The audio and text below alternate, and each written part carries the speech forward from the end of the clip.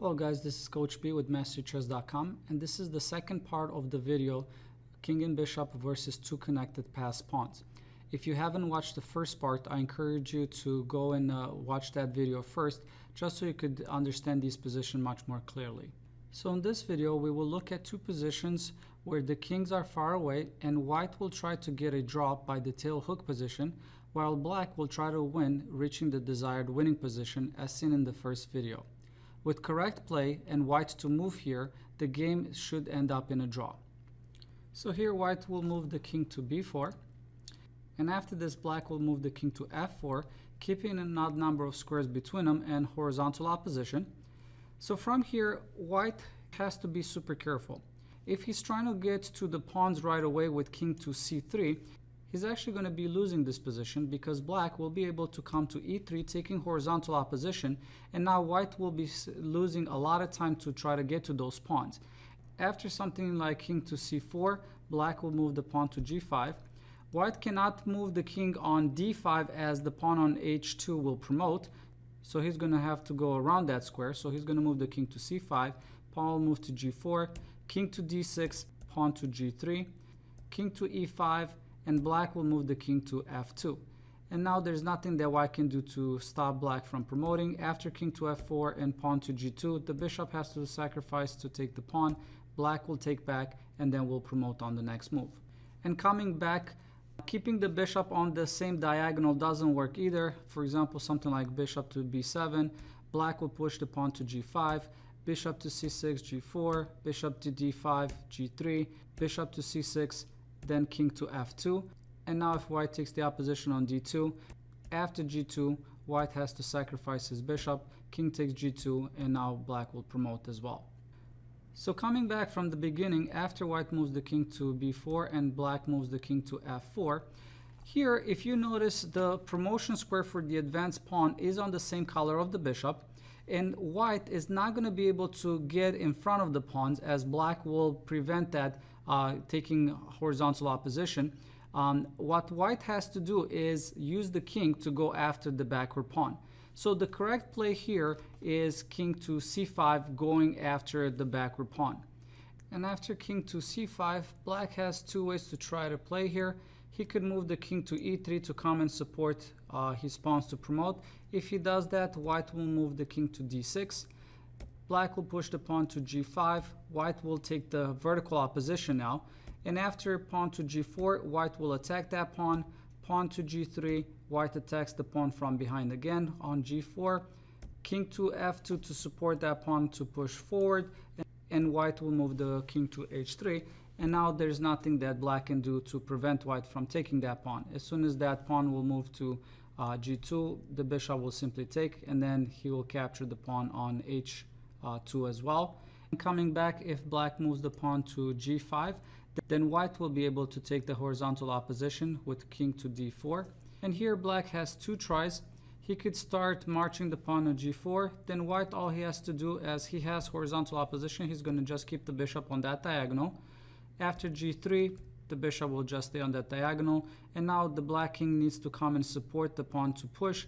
He's going to come with king to g4, bishop to g2, preventing black from reaching the square h3 where he can support the pawn to push.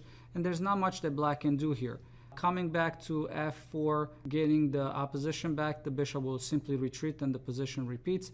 And if he moves the king to h4, for example, white can simply bring the king to e3, and black can't make any progress still. The bishop just has to stay on that diagonal and come to g2 whenever black is trying to reach the square. And coming back after g5, I do want to mention that if white doesn't take the horizontal opposition right away, if he's trying to go around with, let's say, king to d6 here, he's not going to have enough time to attack the tail of the position and reach a draw. After this, black will move to g4, king to e6, g3, and now king to f6.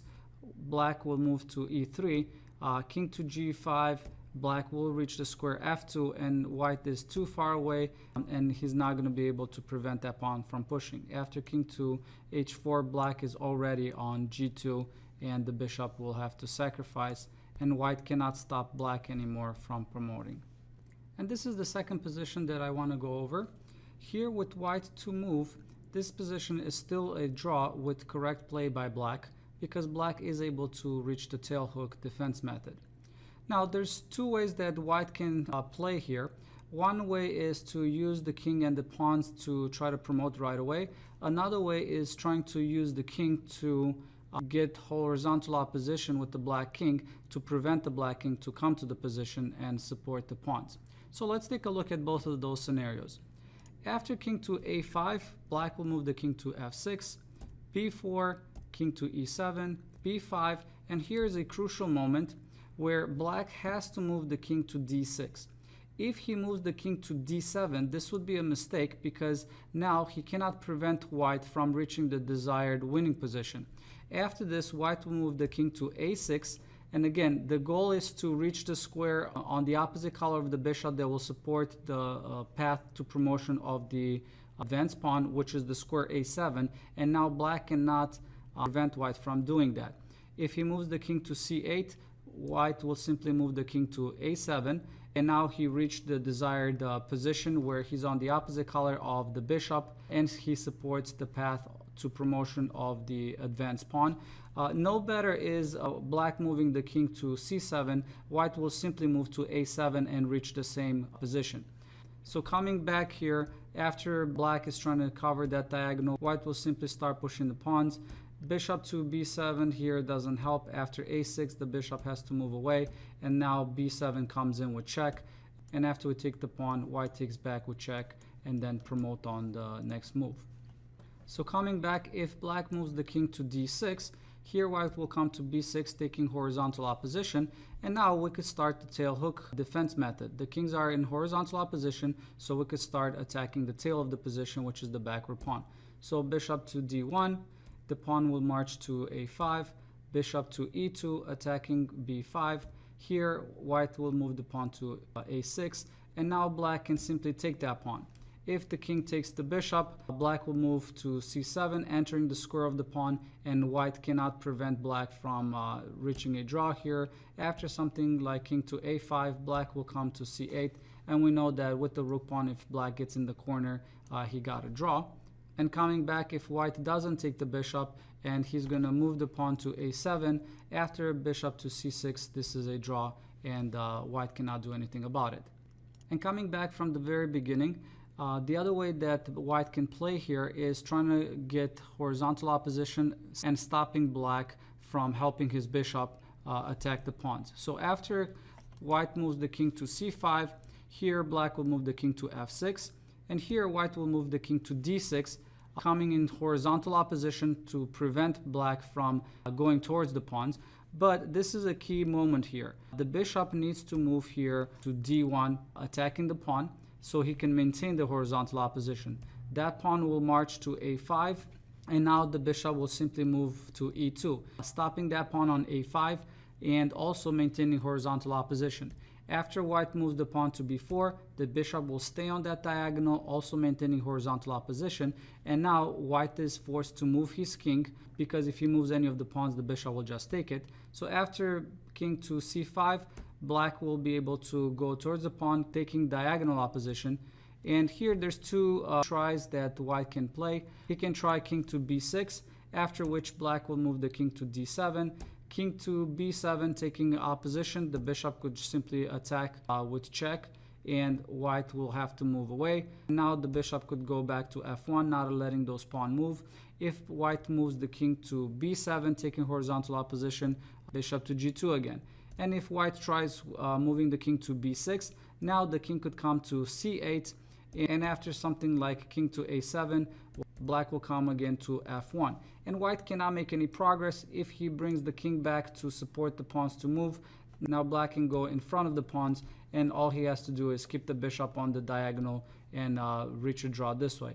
After something like b5, the bishop could simply just take that pawn, and after white captures back, we know that if black gets in the corner, he's got a draw.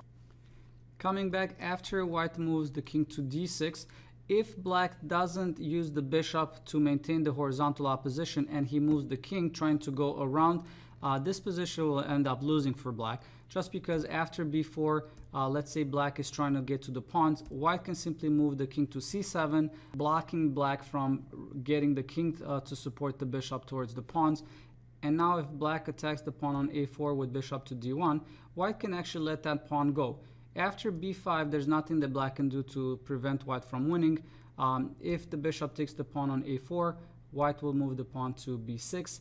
And now the bishop cannot prevent that pawn from moving to b7. If he tries bishop to c6, white can simply just take the bishop, and black will not be able to stop white from promoting that pawn. White will just move away, and now black moving to c8, the pawn will push to b7, and after the king moves away, white will promote.